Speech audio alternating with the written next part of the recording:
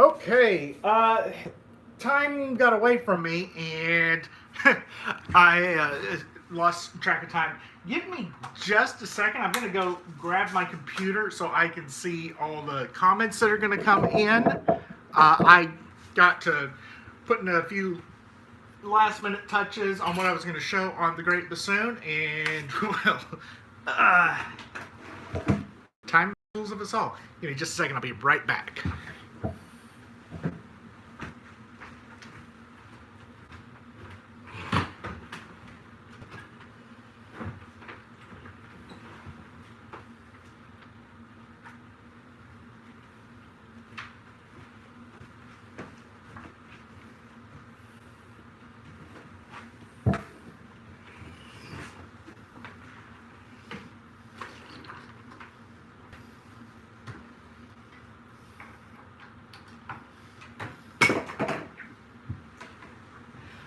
All right, it is that time of year when I can wear my bassoon. It will be Christmas shirt slash sweater. It's a shirt. It's not a sweater, but it looks like a Christmas sweater. Okay, we'll get plugged in, and let's just see who all is in the room watching, because I've got some things to update on the Great Bassoon. Hooray! It's been a while since I've done an actual update video.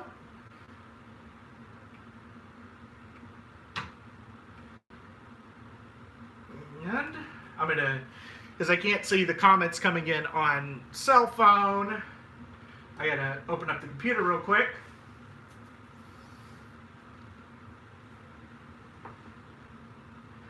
Nope, not just you, Colton. There's at least 6 people in the room.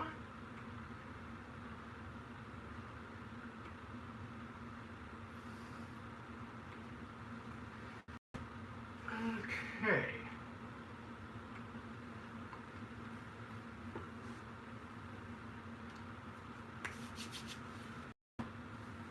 All right. That should be good. And sounds like if all right. Nope, I can see more than you. But anyway, so update Great Bassoon. Let me grab the beastie. And there is a possibility that I'll get interrupted here by a knock at the door while I'm doing this. And if it's a knock at the door, it means parts for the instrument arrive. So I've got some that are supposed to arrive today that I've got a sign for. But I've got a much updated Great Bassoon from the last time I did one of these. I think the last time I did a live update was when I got the vocal. Well, a lot has changed.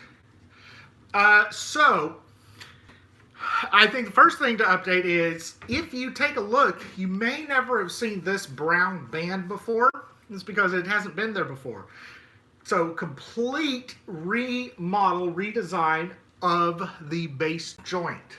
So I'm going to take the bell off, and I'll take the bass joint off. And we'll talk about what all has been done to the bass joint. I thought for the longest time the bass joint was done. Turns out it wasn't. In fact, it turns out the bass joint has been the most challenging joint to deal with because of ergonomics and because length and the fact that it involves key on top of key action. So that band, well, it's there because the bass joint is now split. I've got what's sometimes called a gentleman's cut bass joint. All this houses one tone hole. It's the tone hole for the low C, the low B key, and then it just sits right on the main bass joint. what this means is that I can now have a smaller case. So my case will be, it won't be too much different than the size of a tenor saxophone case. It'll be a little bit longer than a regular bassoon case, but not by much. But it will be fairly compact. Now the other thing on here, if you look right here, you see this little protrusion, a little nubbin. Well, that is there for a very good purpose. I'm going to get the rest of the instrument back here. And that, you'll see here just a second. I put the main bass joint on. And notice here, we're really, really wobbly. Note, there's also no cork or string on the bass joint, but what this does is get everything lined up. That little nub goes right into the top of this wing here on the wing itself, and the joints are now locked together. It's a built-in body lock. So the whole instrument is secure. It won't move. It'll be even better when the tenons are corked. Or in this case, I'm going to string those two. I'm going to move this back just a little bit so we can get a little bit more of the instrument in the screen. And we're going to put the bell on. And I'm going to turn it around to the side here. And you can see now a lot of key work is starting to go on the instrument. In particular, the low A key is more or less complete, with the exception of I do not have the touch piece in there, and I do not have the...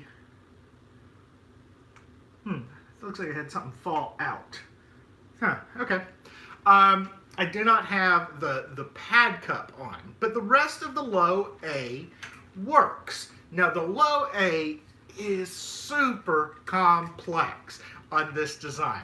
Why is it complex? Well, it goes from all the way down here, all the way, and I don't even know if I'm going to be able to do this, all the way up here to the top. So it's got to travel a long way, over 3 feet of distance here, about close to a meter for those of you who use the real measuring system. And we're gonna tilt down just a hair here. Will that be any better? There is no good way to get the Greatbassoon in camera, is there? All right. Yeah, that should be a little bit better. I don't know what happened there. Should be a little bit better. So, the low A is going to be activated by the left pinky. So I got 1, 2, 3 here, and then left pinky all the way down here on the low A key. And I've got it where just a little bit of motion and the whole mechanism works. All told, what I've got out here, it is made of 26 separate pieces that I had to cut out and solder together. 1, 2, 3, 4, 5, 6, 7, 8, 9, 10, 11, 12 on the bass joint itself. 1, 2, 3, 4, 5, 6, 7 on the gentleman's cut. 1, 2, 3, 4, 5, 6 on the bell. So it is an insanely complex key because it has to go over 3 joints. And not only that, for ergonomic reasons, take a look right here. Notice this hump. That is to go over the low C sharp key. Now I could have done a single straight rod here. The problem is because of the height of that rod, it would be right in the crook of my hand. And for me, it would be okay, but just barely. For somebody else, though, with smaller hands, it wouldn't work. So I had to lower the post down and then over the tone holes, do that jump up. That way, everything now fits really, really well in the palm. A person with smaller hands can play this. Now, that will, of course, there will be some changes there when all the thumb keys are put on. Speaking of thumb keys, I do have the low D kind of in place. It's not fully secure yet, but it is there and it does work. Okay, when designing the Greatbassoon, did you originally want it to go down low A? Yes, and this is one of those that it took a little while to think about, do I want to go down to B flat or do I want to go down to A? And ultimately I decided, let's just go for broke, let's go to low A. And there's a couple reasons for the low A. It's the lowest note of a string bass. Which is, if I wanted to go into band and I wanted to get a string bass part, I know that I can play all the low notes of a typical non-extended range double bass. It's also the same lowest note of a 3-valve B-flat tuba. Now, having it go down to B-flat, which would be a concert F1, would make a very nice low note. But I also get that extra step. And the other thing is, it looks much, much cooler being as tall as it is. And so there is some bit of showmanship to have it go down as low as it does, down to the low A. And, I mean, you're going to be a showman. Do the thing, make it go down, all the way. That said, I know this reed is not wet at all. I'm going to play it. Oh, see if I've got some. I think I've got water on the table here. A little bit left. The other thing is, it's now in tune.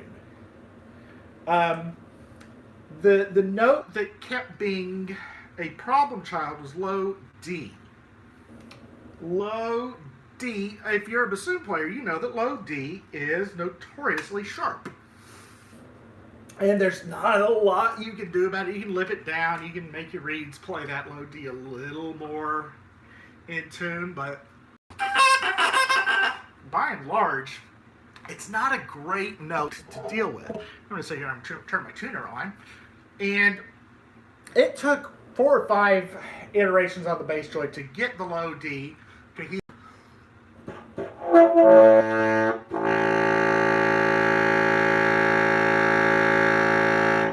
Which is a concert A, and which is dead on in tune at A440. And remember, this is a very, very, very dry reed. And I probably have a leak somewhere, because remember, all the tone holes here are plugged up with modeling clay.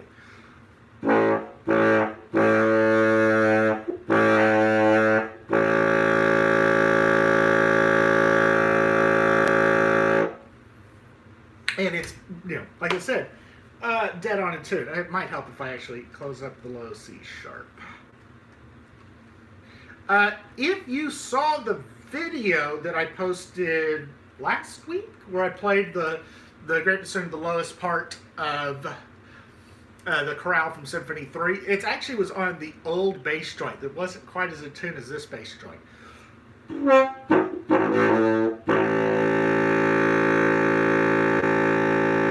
Yeah, that changes the sound a little bit.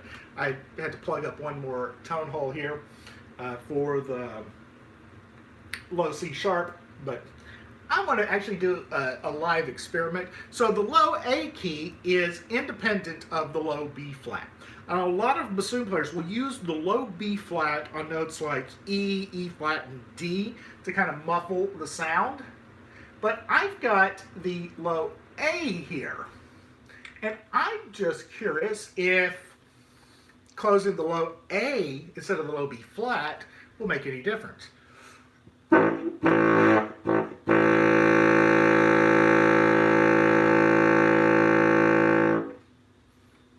too. It seems to be a little darker, a little more muted. Then again, maybe not. But yeah, I'm actually really happy that that note is just dead on in tune. It doesn't feel quite as stuffy as the corresponding note on the bassoon is. Here's a low C.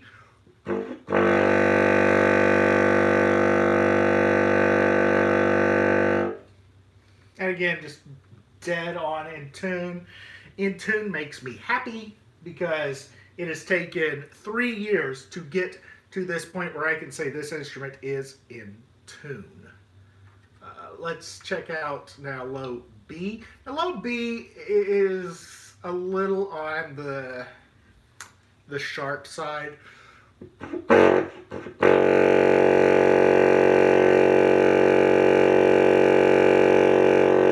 But not too much. And actually, I wonder, can I temper a low B by closing the low A? So that only that one tone hole is open.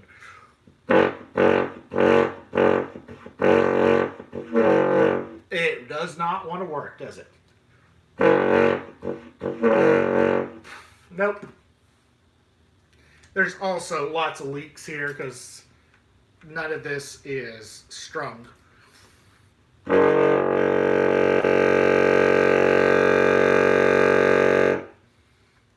So, I'm going to take off the bell. In fact, I'm going to take everything down except the boot joint, because I haven't talked about the boot joint in a while. The boot joint is the next area that's going to get major revisions. Actually, it's not going to get too many major revisions. It's just going to get a couple tone holes moved, a few millimeters, and the posts added on. So right now, the bass joint has no posts.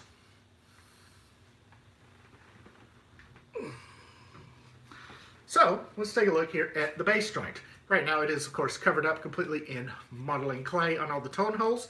First thing I will note is the holder for the peg has been moved to the other side of the instrument. This here is the old bass joint. You can see the same position.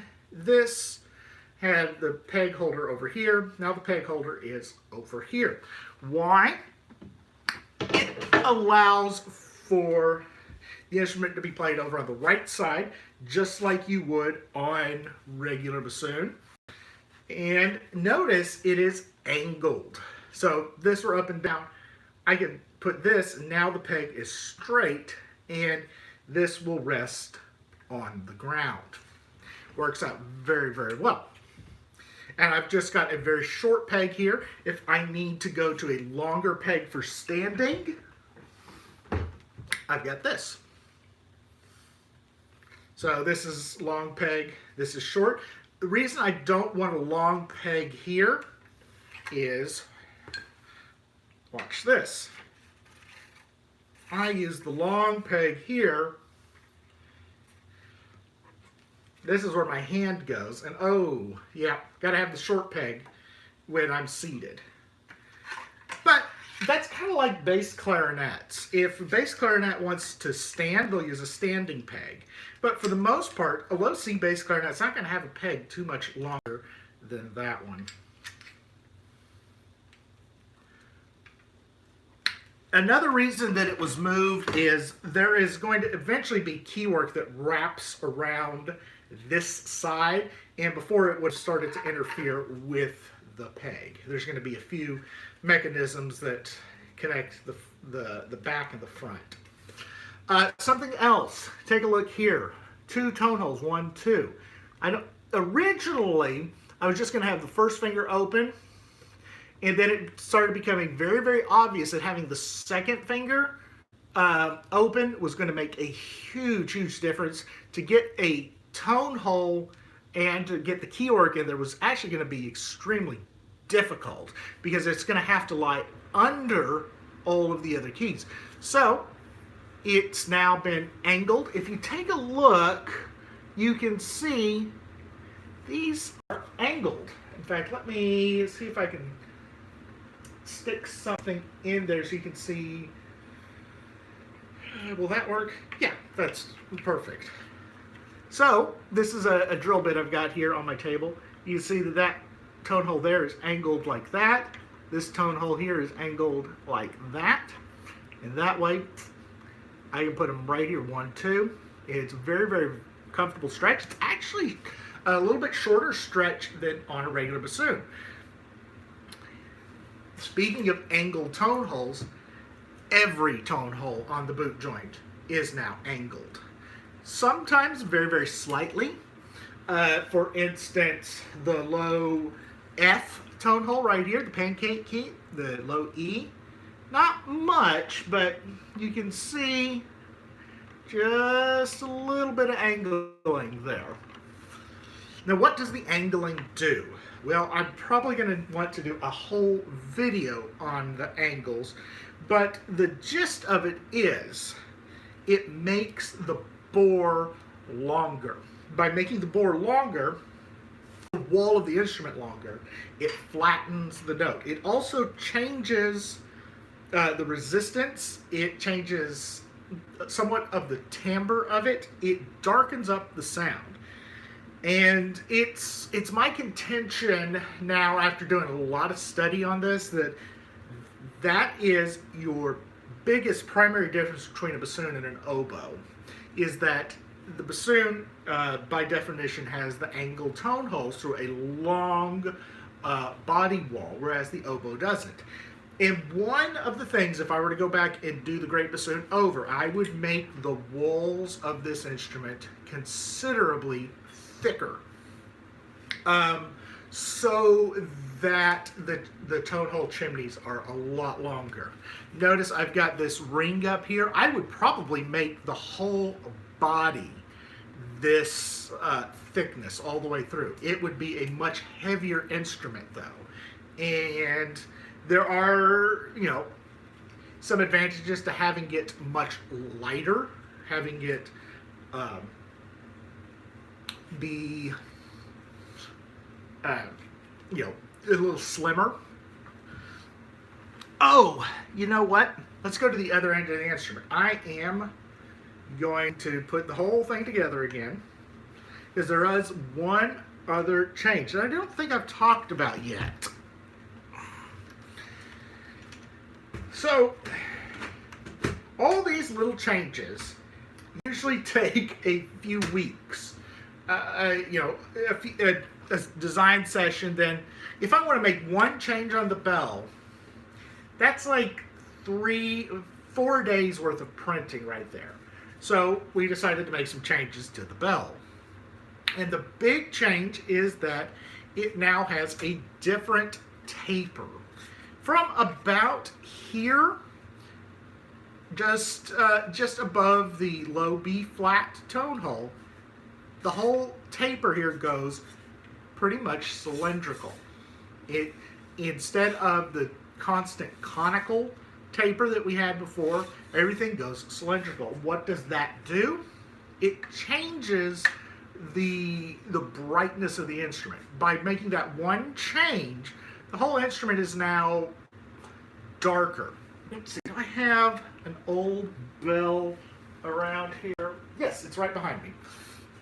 Okay, so what I'm going to do is I'm going to set this up for low D. Low D will be a good case study. All right, so we know that the low D is in tune.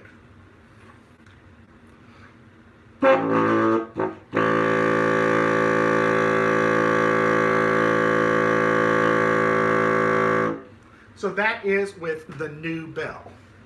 Let me switch out to the old bell.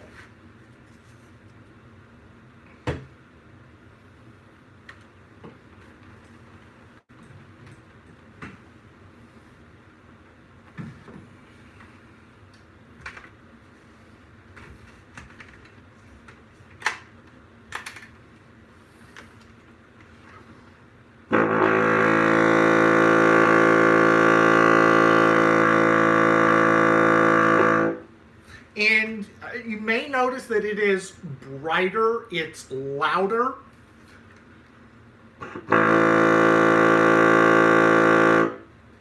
Versus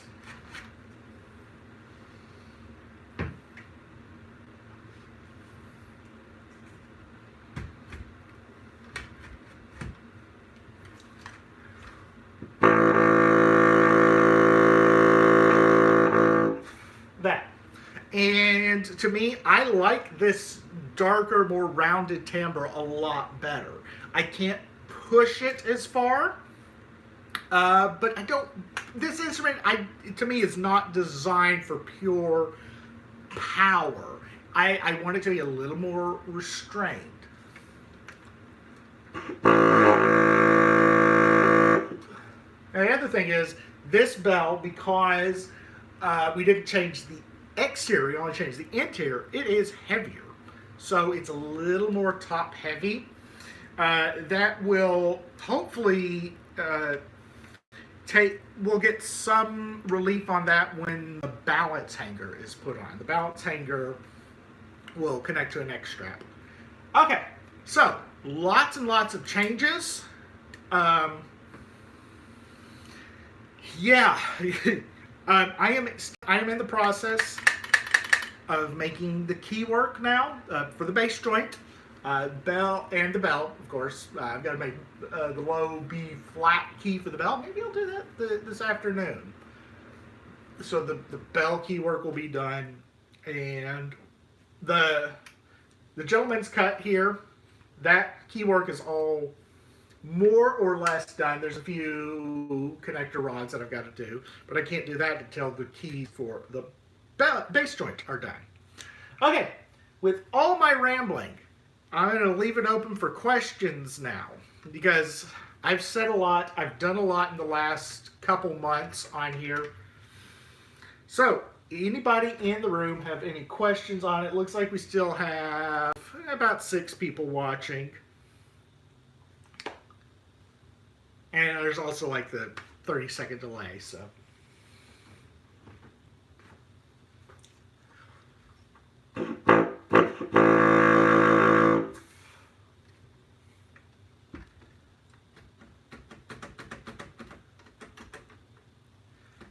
Yeah, I've got to do some more work on the joint here. This isn't connecting quite as well as I want. There's like a millimeter where it's not going down all the way. But yeah, if there aren't any more questions, I'll go ahead and end the stream now. And then I'll do some more work around here on this beastie here. I've got a few things that I know I've got to do. So if nobody else has any questions, I'm going to hop off for the day and maybe make another key or two. All right, guys. Thanks so much for watching.